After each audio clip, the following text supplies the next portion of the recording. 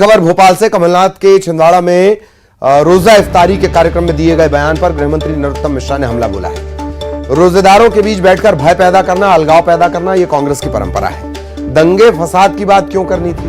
पवित्र धार्मिक कार्यक्रम में विभाजन की राजनीति करना कांग्रेस की रणनीति का हिस्सा रहता है। पिछले चुनाव में भी कमलनाथ ने इस तरीके के बयान दिए थे, कांग्रेस को एक नहीं रख पाए। कमलनाथ देश को एक रहने की बात कर रहे हैं। कमलनाथ को गुलाम नबी आजाद का बयान सुनना चाहिए, जिन्होंने प्रधानमंत्री मोदी की तारीफ की। सद्भावना बिगाड़ने का काम कर रहे हैं कमलनाथ। कमलनाथ ने कल छिंदवाड़ा में रोजेदारों से कहा था, छिंदवाड़ा आपको संभालना है, मैं प्रदेश संभालूंगा। सब लोग देख रहे हैं कि देश में कितने दंगे फसाद हो रहे हैं। ये लोग देश को बर्बाद करके छोड़ेंगे।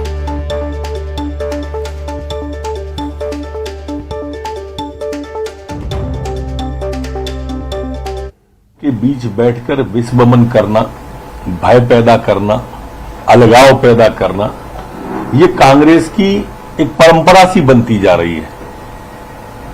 दंगे फसाद की बात क्यों करना थी पवित्र धार्मिक कार्यक्रम के अंदर? लेकिन विभाजन की राजनीति कांग्रेस का एक पिछले चुनाव के पहले भी आपने देखा होगा, ऐसे ही अल्पसंख्यक समाज के बीच में बैठकर वो इस तरह की बात पिछले चुनाव पे भी कर रहे थे। आखिर कब तक कमलनाथ जी इस तरह की सांप्रदायिकता का विषमन करेंगे? ये कोई कांग्रेस की मीटिंग थोड़ी थी। कमलनाथ जी, कांग्रेस तो एक नहीं रख पाए आप, देश तो एक रहने दो। आप कभी भी इस तरह का बयान दे देते हो। बयान सुनना है तो कल अब्दुल कादरी जी का सुनते, जिनने मोदी जी की तारीफ की। परसों गुलाम नबी आजाद जी का सुनते, और उनको अगर सुन लेते तो शायद इस तरह की बातें आपके श्रीमुख से नहीं निकलती। आप सद्भावना को बिगाड़ने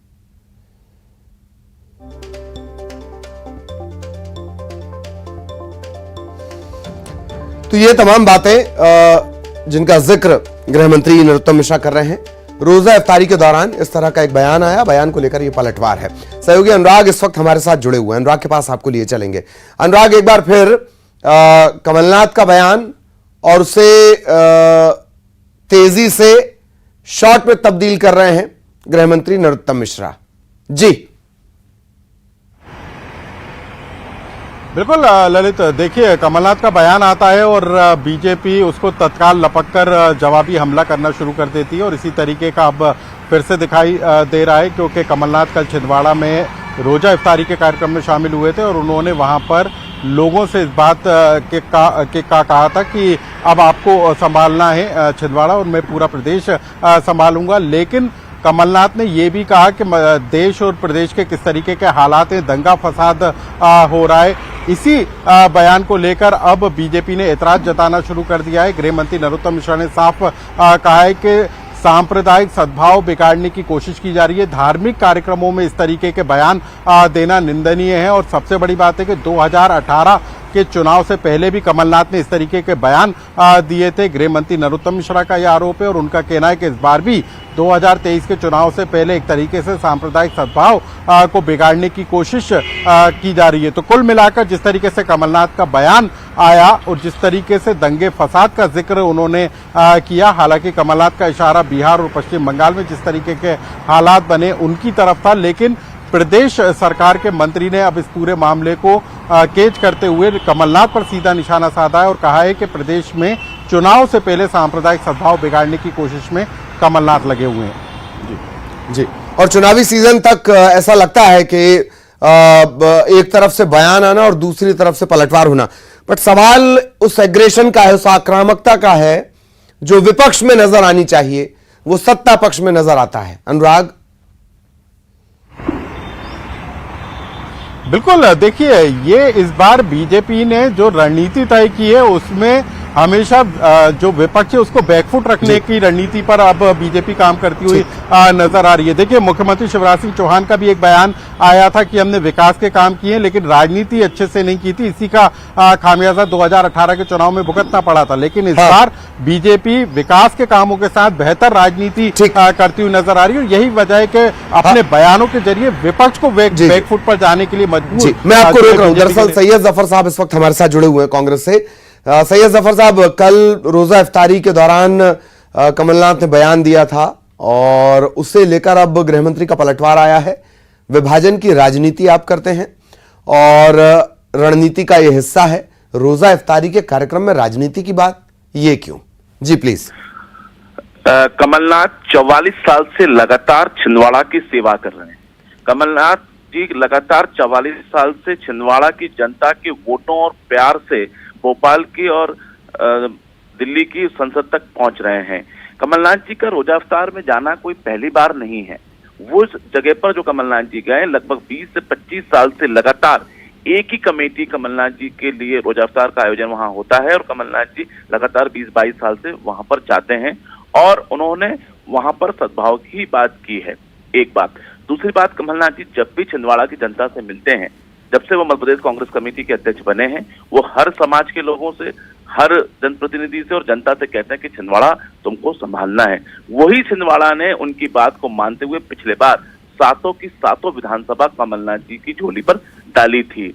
और जहां तक सद्भाव की बात करते हैं, ये वही कमलनाथ है जिन्होंने 44 साल से छिंदवाड़ा को हर दृष्टि से, चाहे धार्मिक दृष्टि की हम बात करें, चाहे विकास की दृष्टि की बात करें, आगे बढ़ाया है। ये धर्म की राजनीति करने वाले भूल जाते हैं कि कमलनाथ जी वो शख्स हैं जिन्होंने हिंदुस्तान की सबसे ऊंची हनुमान जी की स्थापना छिंदवाड़ा में ही की है। ठीक। सैयद जफर साहब, पंकज चतुर्वेदी जी भी हमारे साथ जुड़े हैं, उनसे भी हम एक रिएक्शन लेंगे।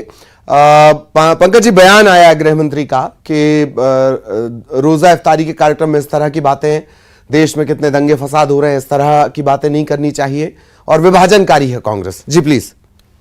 देखिए, मुझे लगता है कि जिस प्रकार का चरित्र कांग्रेस पार्टी की राजनीति कर रहा है ललित जी, वो चरित्र 1947 से लेकर आज तक देश को तोड़ने का रहा है। अंग्रेजों ने पार्टी बनाई और अंग्रेजों की जो नीति है फूट डालो राज करो, उस पर कांग्रेस आज भी काम करती है। क्या उद्देश्य है आपका? आप क्या सांप्रदायिक वैमनस्य पैदा करना चाहते हैं? सांप्रदायिक सौहार्द बिगाड़ना चाहते हैं? मध्य प्रदेश में, देश में जाति के आधार पर दंगे फसाद की खबरें तो आ रही है ना पंकज जी? कहाँ ललित जी दंगे फसाद की खबर आई सर? खरगोन में जहां दिग्विजय सिंह के क्या रोल था उस दंगे में, सबको भूमिका स्पष्ट है। नकली चित्र डालकर उसके बाद बताइए कोई दंगा मध्य प्रदेश में, उसके पहले कोई दंगा मध्य प्रदेश में। 2014 से भारतीय जनता पार्टी की सरकार देश में एडवाइजरी सेंट्रल की तरफ से अलग अलग राज्यों को जारी की गई। पंकज जी सर देखिए ललित जी, एडवाइजरी प्रोटोकॉल है सर। हाँ, एडवाइजरी प्रोटोकॉल है सर, लेकिन एडवाइजरी प्रोटोकॉल है क्योंकि जब कल फ्लैग मार्च था भोपाल में, जी जी, तो हम क्या माने कि माहौल खराब है क्या? वो ड्यूटी है पुलिस की ड्यूटी है। जी जी, एहतियातन। चलिए, हाँ, थोड़ा देरी भी हो गई आपको जुड़ने में। सैयद जफर साहब, आपका भी बहुत बहुत शुक्रिया। पंकज जी हमारे साथ जुड़े थे, उनका भी धन्यवाद। अनुराग, आपका भी धन्यवाद। इस वक्त उत्तर प्रदेश का रुख कर रहे हैं। मथुरा से जाने माने कथावाचक है अनिरुद्धाचार्य। इन्हें खत लिखकर जान से मारने की धमकी मिली है और ये पिछले 3 दिनों के भीतर लगातार इस तरह की धमकियां मिल रही हैं। धर्माचार्यों को, कथावाचकों को धमकी से भरा पत्र गौरी गोपाल आश्रम में भेजा गया है। आश्रम की तरफ से इस बात की शिकायत पुलिस में करवाई गई है। ये कहा गया है कि खत लिखने वाले ने कथावाचक अनिरुद्धाचार्य से 1 करोड़ की रकम भी मांगी है। यह भी लिखा है कि हथियारों से लैस हमारे आदमी आप पर नजर रखें।